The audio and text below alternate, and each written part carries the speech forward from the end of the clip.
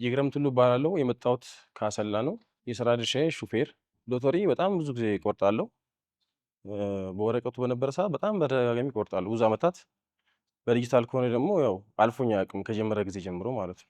እኔ ቴሌብር እጠቀማለሁ። ገና አሁን በቅርብ በ60 ሚሊዮን ሳይሆን በፊት ገና እንደጀመረ ዲጂታል እንደጀመረ ጀምሮ እቆርጣለሁ እና የ60 ሚሊዮንም አጋጣሚ ገብቼ ስቆርጥ የ9ኛ ሳምንት 1 ሚሊዮን ብር አሸናፊ ሆኛለሁ።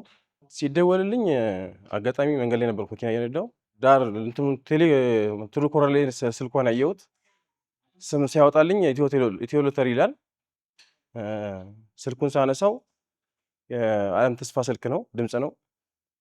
አቅሻለሁ ነው ያልኳት ወዲያውኑ እሷን ስታናገረኝ ማለት ነው። እና በፊትም ቴሌግራምና ፌስቡክ ላይ ገብቼ ስለማይ የእሷን እንትኖች ስልክ ጥሪዎች አቅሻለሁ ነው ያልኳት ወዲያውኑ። እና እንኳን ደስ ያለ ስትለኝ አላመንኩም እና በጣም ነው ደስ ያለኝ። በሰዓቱ አጠገብ የነበረችው እናቴ ነች።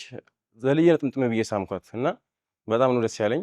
እንድቆርጥም ስገፋፋኝ የነበረው እሷ ስለነበረች ያው ጥምጥም ብዬ ነው ሳምኳት።